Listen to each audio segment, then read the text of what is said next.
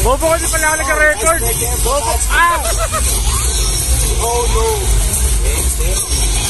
Good chases from PK. Using his daughter.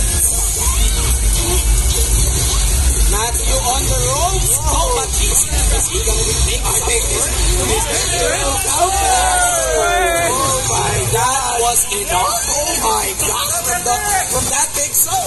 Yes, of course. By the way, it's Beatrix. Yeah, baby. Yes, his focus got his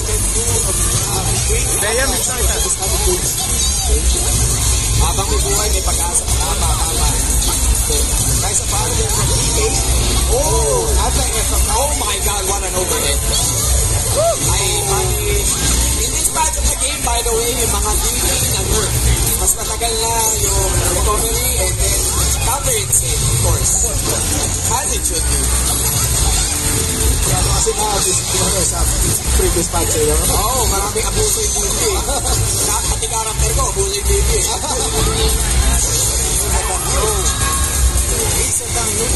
Oh, and air conversion, and that's gonna be it.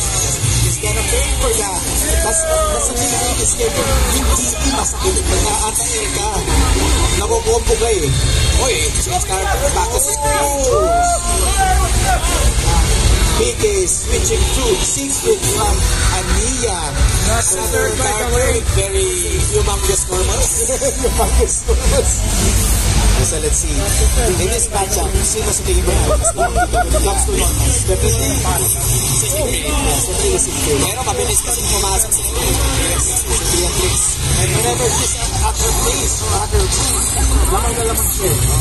Oh my gosh, sayang.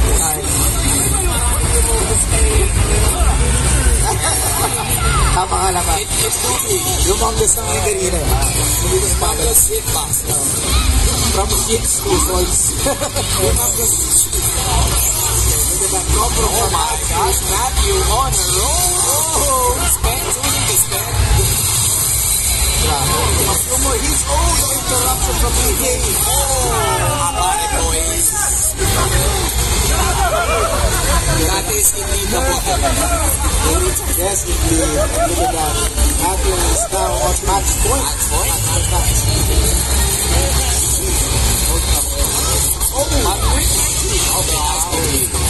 interrupting the first.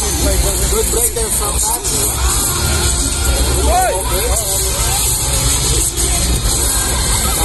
Corner.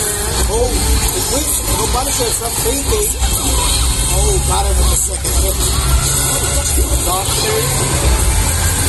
Ay, sado malayo for the hit. At 2 is so good. Oh, dodge the ultimate rival.